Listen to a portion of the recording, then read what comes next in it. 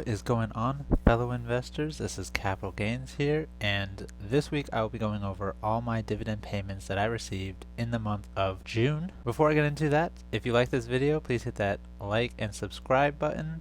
If you have any questions on anything that I go over, leave a comment and I will answer through the comment or make a separate video explaining what is going on with my portfolio. We are at 31 subscribers. We are really close to the next milestone of 50, so please help me out and hit that subscribe button. Now let's get into the gain. The first dividend payment that I received this month was from Hanes brand, ticker symbol HBI. I received it on June 1st for having 10.398098 shares, and it paid me $1.56, which was then reinvested for 0.078235 shares at the average price of $19.94. Also received a dividend payment from Wells Fargo for owning 5.145726 shares, which paid me 0.51 cents, which was then reinvested the next day to give me 0.010748 shares at the average price of 47.45. Then on June 4th, since I own 5.106087 shares of BND, I received a dividend payment of 69 cents, which was then reinvested on the 7th of June for 0.008086 shares at the average price of $85.33. On June 4th, again, I received $4.07 from Pfizer since I owned 10.423123 shares, which was reinvested on the 7th, which got me 0.104026 shares at the average price of $39.12. On June 7th, I bought a share of Waste Management for the average price of $139.79. Then on June 10th, since I own 10.779926 shares of ExxonMobil, I received a dividend payment of $9.38, which was then reinvested the next day for 0.149031 shares at the average price of $62.94. Also on June 10th, since I have 1.010193 shares of Microsoft, I got a dividend payment of 57 cents, which was reinvested the next day for 0.00221 shares at the average price of $257.92. June 15th, I got paid $1.23 from Realty Income since I owned 5.228378 shares, which was then reinvested on the 16th for 0.017594 shares at the average price of $69.91. Then on June 16th, I bought 3 shares of Cinemark for the average price of $22.36. I also bought 20 shares of SNDL for the average price of 96 cents a share. I did this one to diversify my portfolio more so that I had a growth stock instead of all dividend paying stocks. So now that I have 3 or 4 growth stocks with my dividend stocks in my entire portfolio. I also bought some fractional shares of Amazon on June 16th, which got me 0.001127 shares at the average price of $3,407.28. Amazon is the stock where I usually put my leftover money when I don't have enough to either buy a full share of something that I want.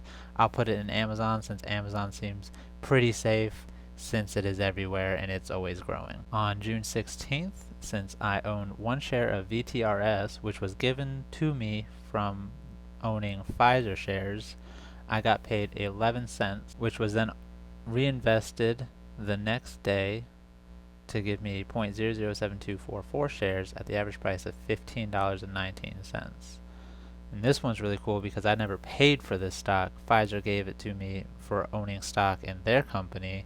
So now I'm getting stock from owning stocks, and then those stocks are paying me without me actually having to put money into them myself. On June 21st, since I owned 5.163523 shares of RDS.A, which is Shell, I received a dividend payment of $1.52, which was then reinvested the next day to give me 0.037374 shares at the average price of $40.67. On June 25th, since I own 7.183214 shares of Bank of America, I got a dividend payment of $1.29, which was reinvested on the 28th for 0.03114 shares of an average price of $41.46. On June 29th, since I owned 5.195986 shares of VNQ, I got a dividend payment of $3.79, which was reinvested the next day for 0.037026 shares at the average price of $102.36. And the last dividend payment that I received in June was from the PowerShare S&P 500 High Dividend Low Volatility ETF. I own 11.580862 shares, which gave me a dividend payment of $1.40, which was then reinvested for 0.031625 shares at the average price of $44.27. If you are interested in setting up your own Robinhood account or investing in stocks using Robinhood, I will have a link in the description below. All you have to do is click it, sign up with my link. When you link your bank accounts to your Robinhood portfolio, you will get a free stock, which is cool because that free stock you don't pay anything for, so whether it goes up or down, you are always going to be in the green. If you like a more passive way to invest where you don't have to do any research, or you like someone else to take control, I'll have a link for Acorn Investing. What that is when you link your bank account, anytime you use a card that you link to the app, it will round your purchase up to the next dollar, and then it will invest the change into different stocks that you set up through the portfolios that they let you pick from. And that is a really easy and passive way to start investing because they do all the work for you. All you do is spend money and it rounds it up to the next dollar, and it'll start investing it for you. So now we are going to plug it into our dividend tracking sheet. First one we received was Hanes brand, which was $1.56. Wells Fargo for 51 cents, and BND for 69 cents. Pfizer paid out $4.07. Then Exxon did $9.38. Microsoft paid 57 cents. O Realty Income paid $1.23. Then we have a new one, VTRS, which gave us 11 cents. Shell paid $1.52, and Bank of America paid $1.29. VNQ paid $3.79, and SPHD paid $1.40 for a total of $26.12, which is a little down from last quarter's, but it beats out February, and this quarter overall performed better than the first quarter of the year, seeing how the first quarter made $61.74, while this quarter made $68.87, which I am happy with. So if everything stays the same as it did for the last two quarters, we are on track to making $261.22 for the year, which is more money than I made in my total dividends in 2020.